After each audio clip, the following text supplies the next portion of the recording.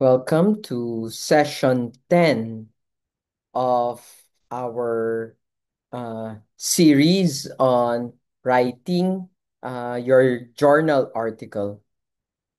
Today, we shift into the heart of the writing process, presenting and interpreting evidence.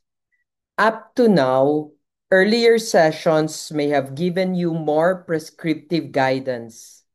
The intentional tapering stops here, not because the work gets easier, but because this stage requires your expertise as a scholar. Evidence presentation is the core of your article, and as such, will define largely how the paper will actually move forward. And this is already beyond my expertise, no? Of course, by all means, I can still talk about it, but it doesn't mean I'm still knowledgeable about everything, except of course those that I share fields with. Evidence presentation is the core of your article. Everything between the introduction and the conclusion. As you step into this phase, trust your developing judgment. You've prepared for these. But before we move forward, reality check first. As we reach the middle of your article's development, it's natural to feel doubt. Is this worth continuing? Did I choose the wrong argument?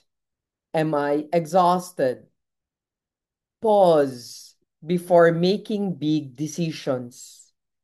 Temporary feelings, fear, boredom, fatigue, often evaporate with persistence.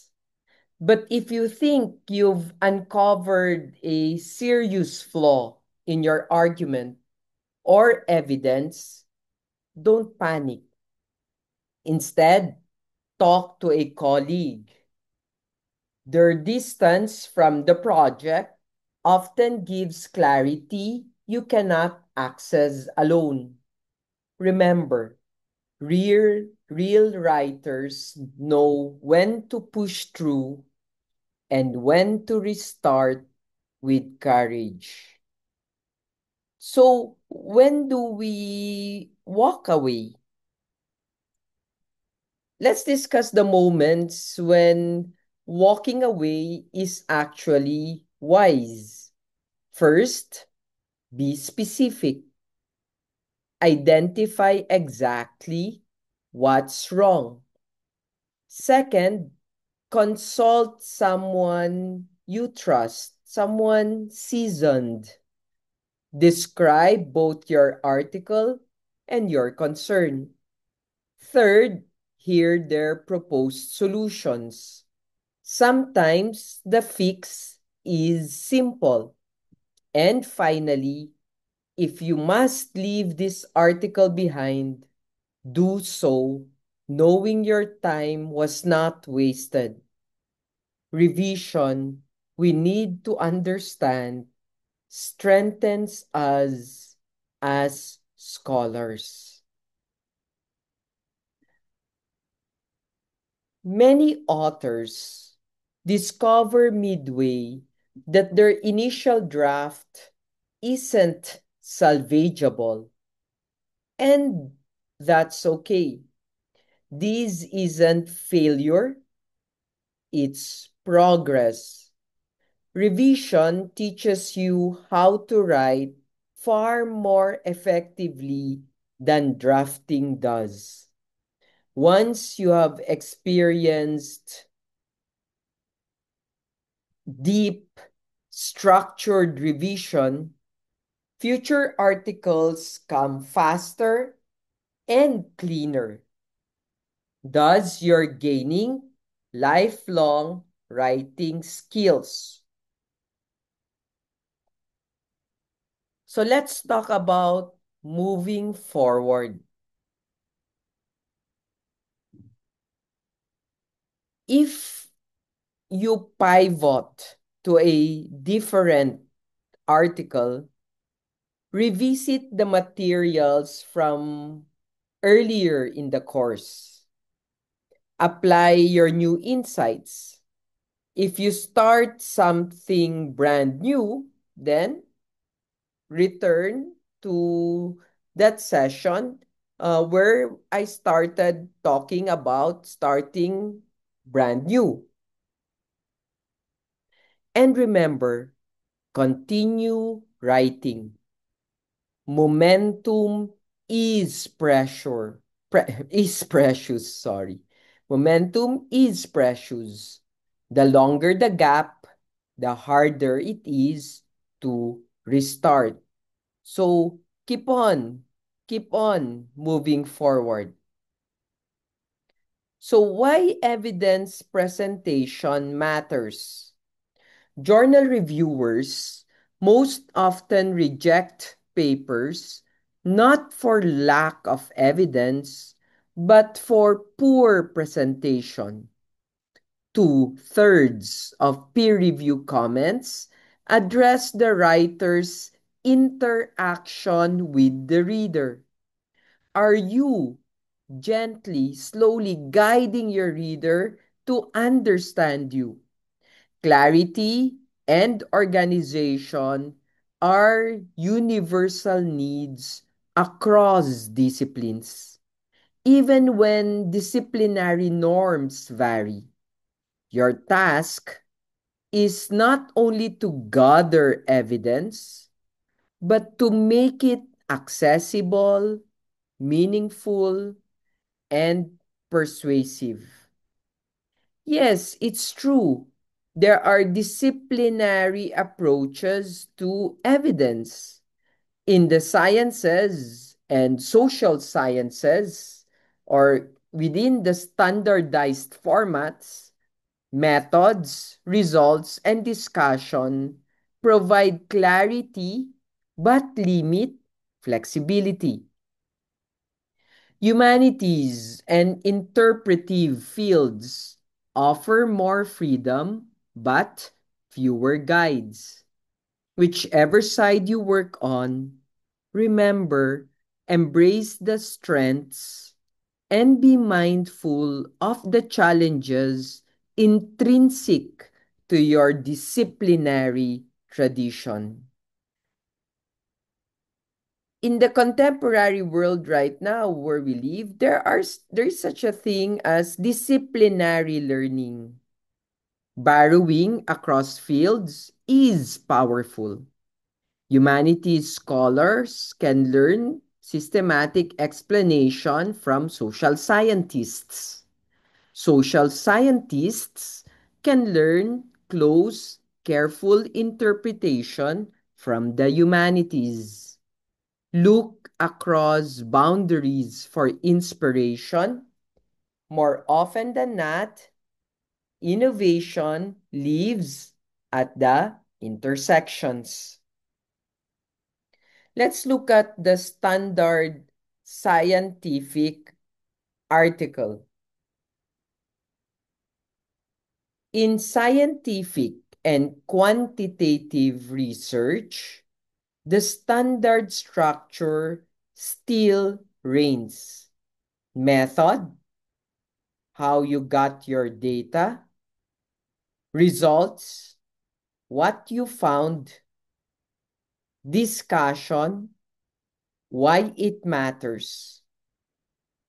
Everything you write about evidence will fall into or parallel these categories.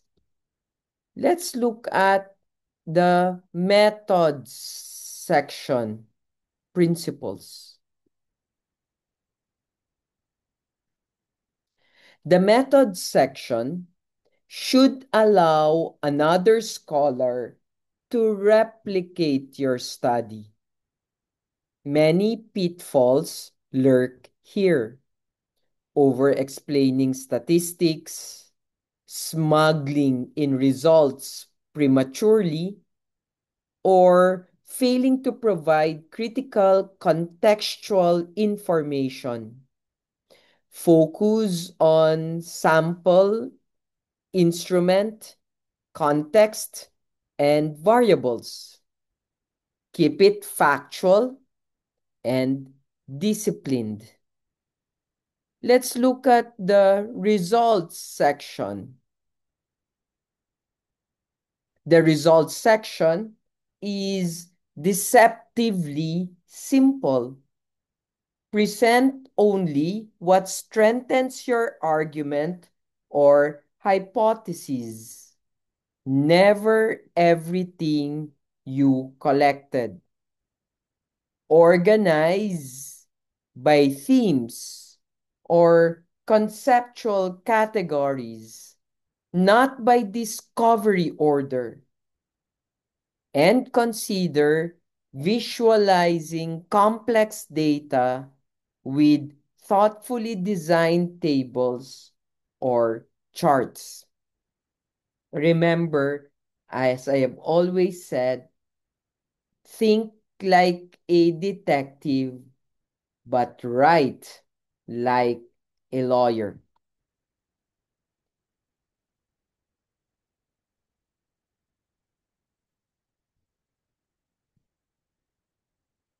Example of thematic organization. An example is a study of undocumented immigrant young adults' organized findings around determinants of mental health. Thematic structure, rather than chronological or procedural order, helped readers see patterns that might otherwise stay buried. Use themes to guide your readers toward meaning. Discussion section. The most difficult yet most critical section. Now we enter the discussion section. The most important part. The area where many articles succeed or fail. Interpretation matters more than data alone. Your task at this part is to help readers understand your argument, the relationships among your results, and why your findings matter to the field. So, what makes a strong discussion? A strong discussion section does four things.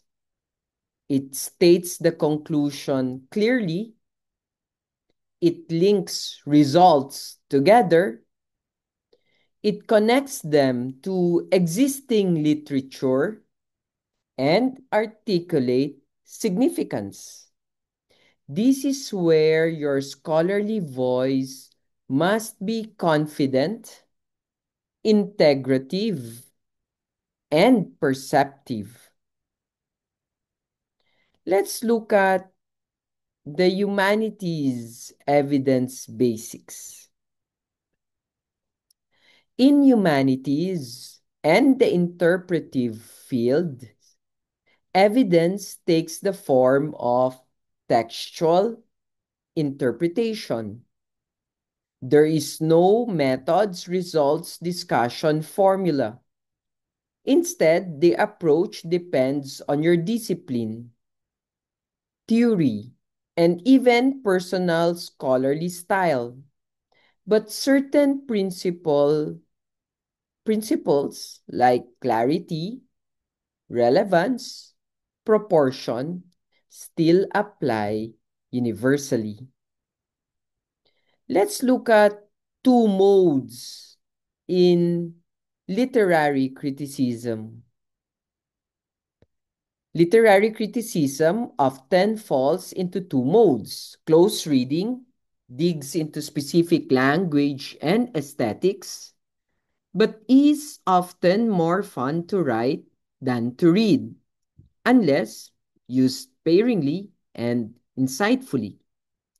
Cultural analysis, on the other hand, treats texts as products and participants in societal systems. Both approaches are valid. Choose based on your scholarly aims. Speaking of the humanities and the interpretive world, we inevitably work with images. When using images like photographs, diagrams, charts, you must ensure technical and legal readiness. Journals have strict requirements. Always check formatting,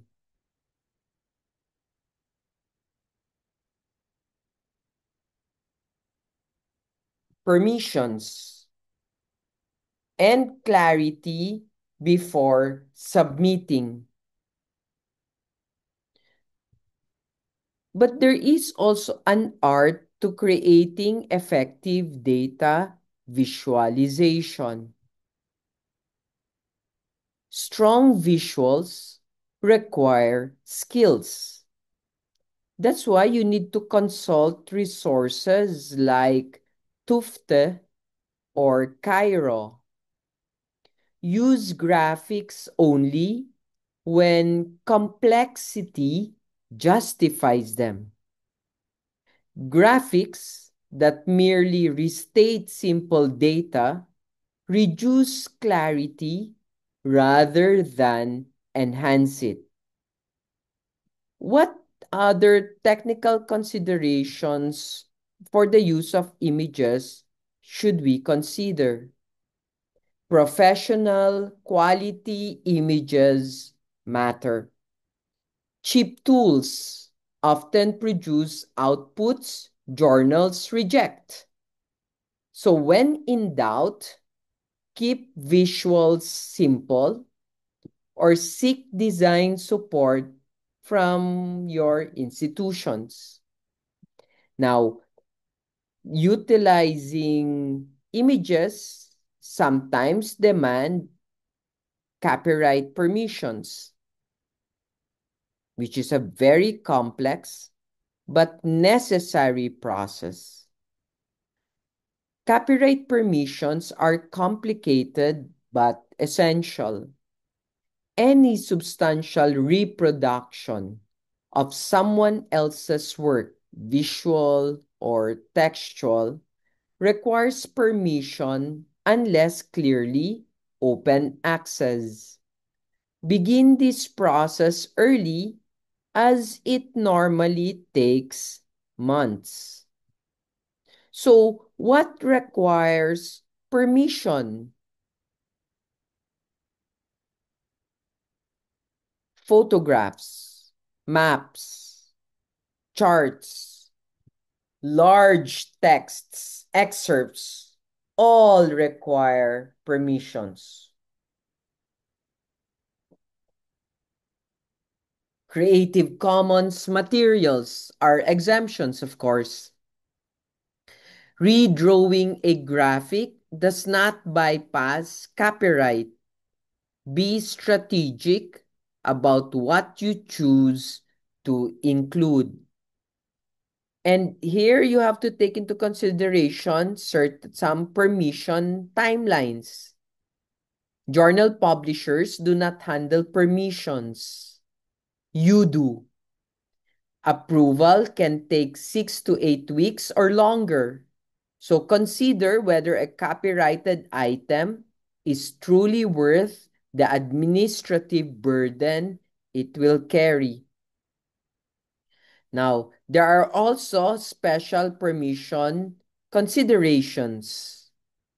Images of people require signed releases, especially minors. Unpublished texts, emails, diaries, manuscripts are heavily protected.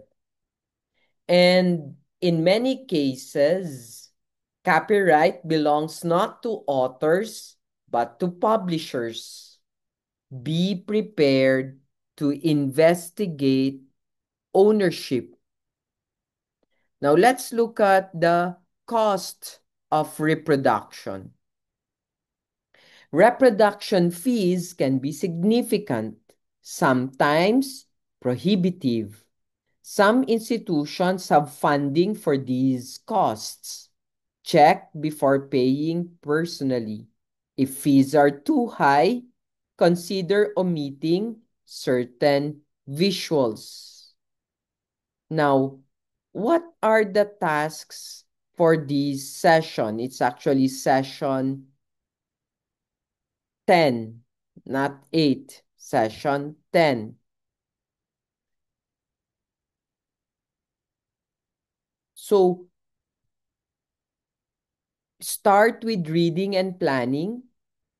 Revise your article using evidence principles, then verify your work with a checklist. Consistent tracking of your writing time will eventually help you build discipline. Now, there are two paths to revision. You may revise sequentially or start with a checklist and then revise. Both paths work.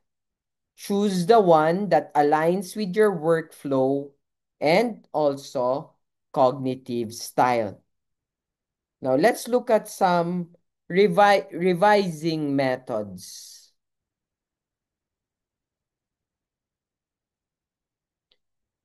When revising the methods section, be precise and systematic.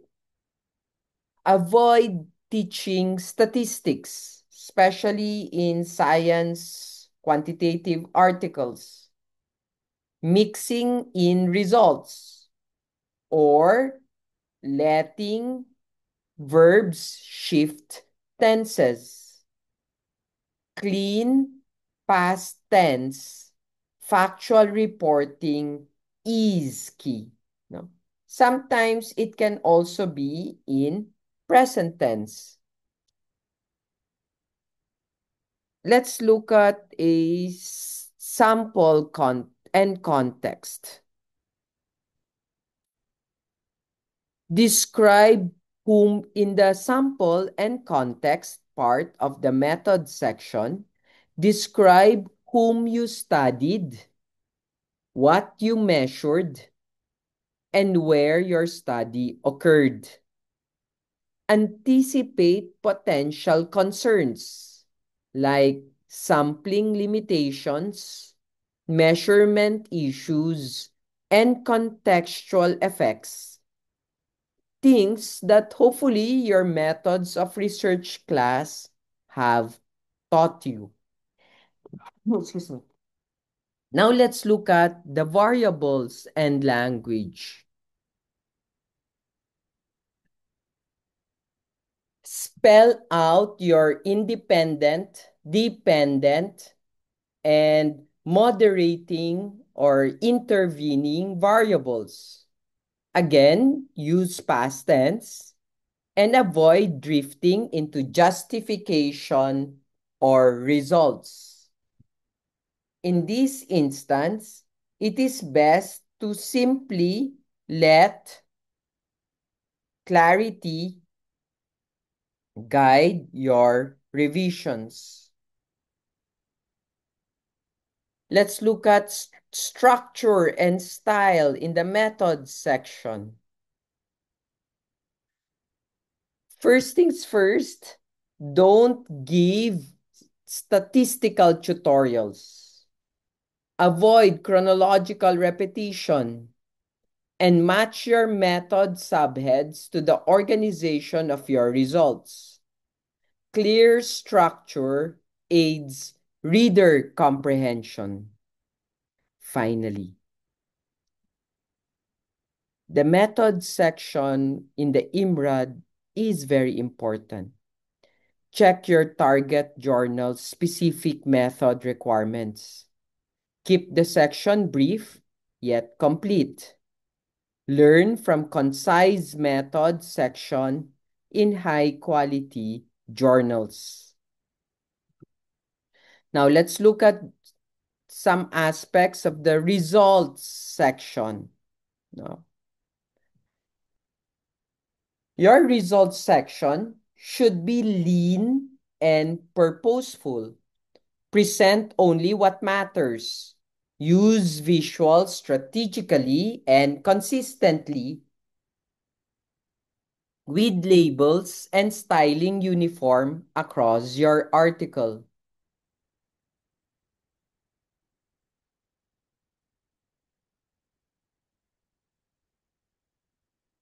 Creating and labeling tables and graphs.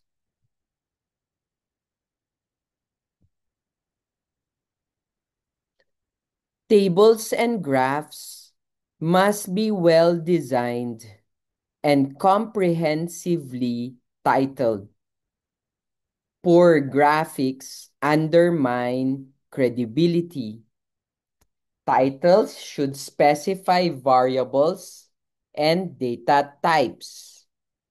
Now, in integrating tables and text, never duplicate your table content in prose. The text should interpret, not repeat the numbers. Mention every table and justify its relevance. Now let's organize the results. Organize results around variables or analytic themes, not the order in which you found them. Always identify quoted participants with brief descriptors. Brief descriptors. Now, what are the common mistakes in the results section? One, don't mix in methods. No, don't mix in methods. Don't slip into future tense.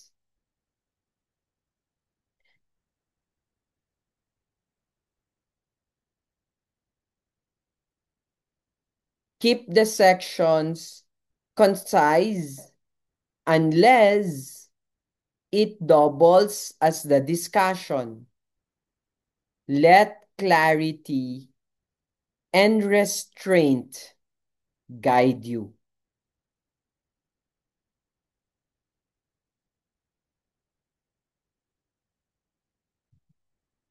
Revising discussion. Discussion is where your intellectual contribution shines. Even excellent data flounders without thoughtful interpretation. Clarity, argumentation, and synthesis are the key. But there's more, of course, no? Like opening strong. Begin by stating your conclusion plainly. Reiterate findings briefly for readers who skip earlier sections. Then, link the results to show interrelationships. Important in the discussion section is making connections. Connect your findings to the broader field. Confirm or challenge previous work. Explain contradictions. And also help readers situate your work in the ongoing scholarly conversation. That's why it's very important to also spell out implications. What does this reveal about the world? What should change, if anything? Claim significance by articulating clearly what is novel. And then evaluate. Evaluate. Evaluate your findings. Strength, relevance, contradiction, mechanisms, limitations. Discuss alternative explanations. Anticipate critiques. Intellectual honesty enhances credibility. But also, when it goes there, name your limitations without letting them overwhelm you. Offer future research directions only if meaningful. Avoiding cliches, which is my way of saying stay balanced and forward looking.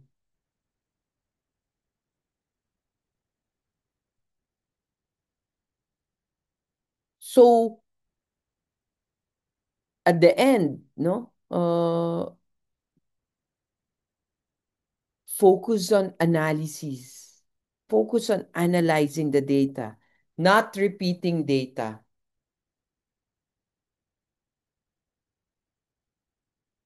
Discuss every result you presented earlier. Organize your points to avoid digressions and also over analysis. You need to ensure that there is such a thing as proportionate development in your paper. Ensure that your case studies or examples receive proportionate analytical treatment. Length may vary, yes, but the depth of analysis should be equitable.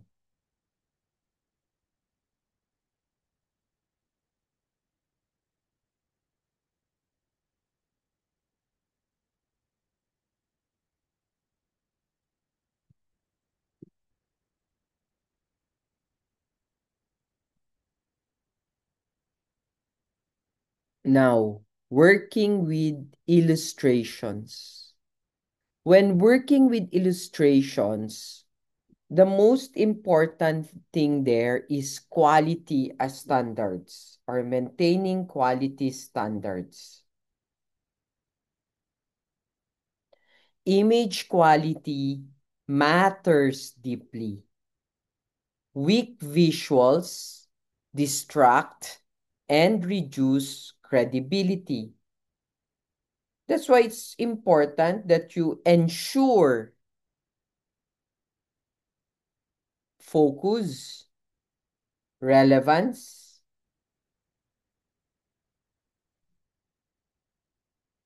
and technical adequacy before you even submit your paper.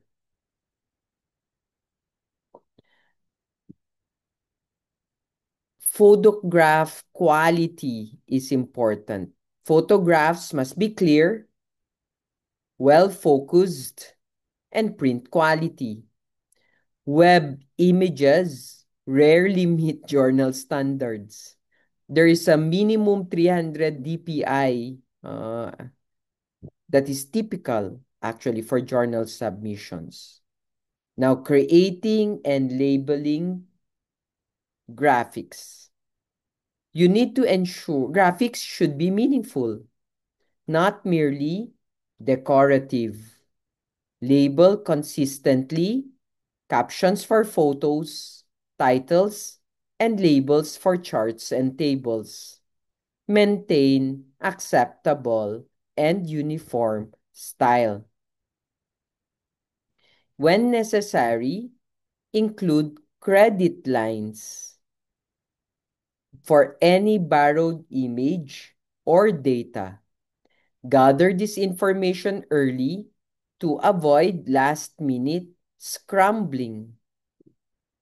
Now, in terms of humanities evidence, the thing you have to pay attention to is macro revising. Humanities writing instruction often focuses on micro level polishing.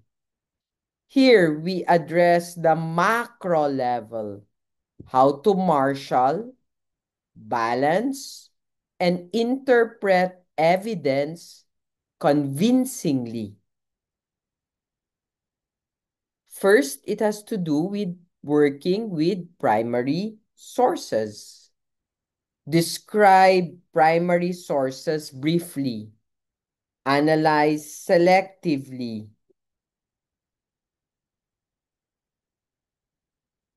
Quote meaningfully. And always introduce quotations properly. Guide readers toward relevance. And this leads us to an analytic understanding of humanistic writing. Analyze selectively. Ask why and how, not simply what. Read passages for what they reveal about society, culture, and the larger forces. And that means engaging in critical frameworks.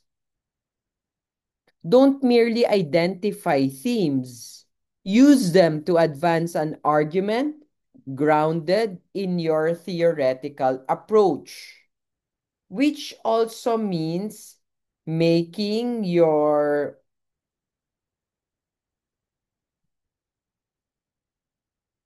theoretical basis or stakes explicit. Now, some technical considerations for UMINT articles. Limit footnotes. Deploy theory rather than explicating it at length. Use appropriate tenses based on discipline norms.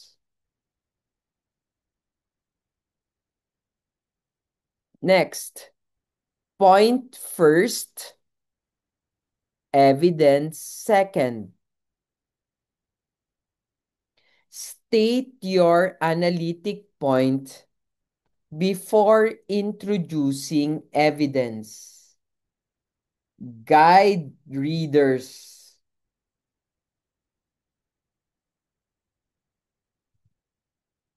Avoid paragraphs that only reveal their purpose at the end.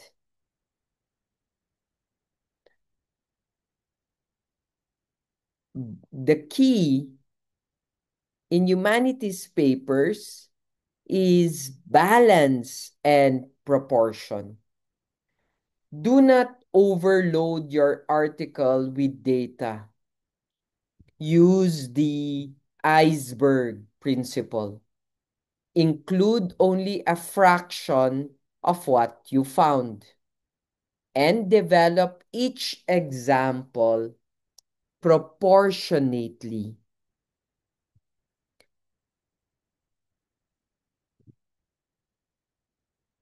Before we end, it's also important to speak of some common pitfalls in literary analysis. Because here we need to avoid authorial intention or avoid biography or simplistic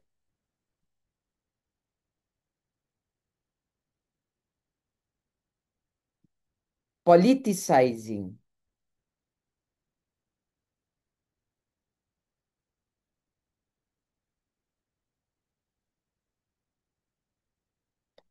Sophisticated cultural analysis requires nuance and recognition of complexity.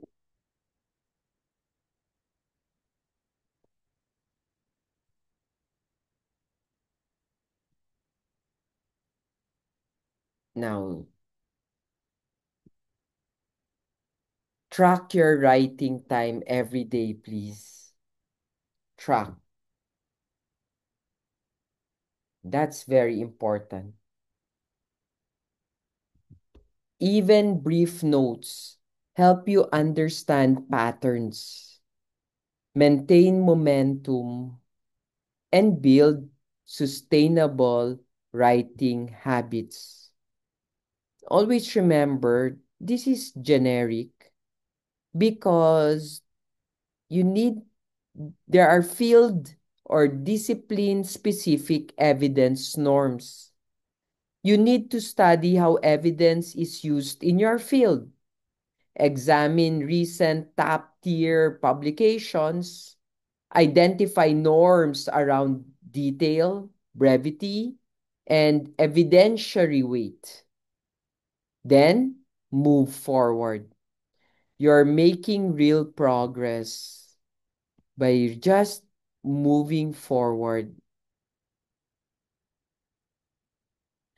Evidence presentation is the bulk of the article. Keep going because skill develops through persistence. Lastly,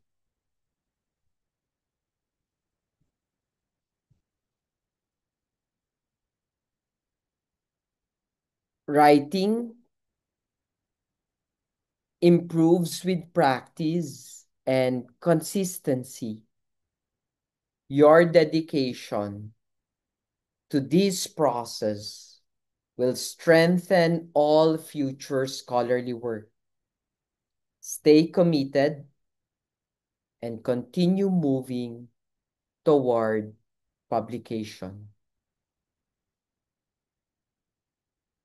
Thank you very much for listening.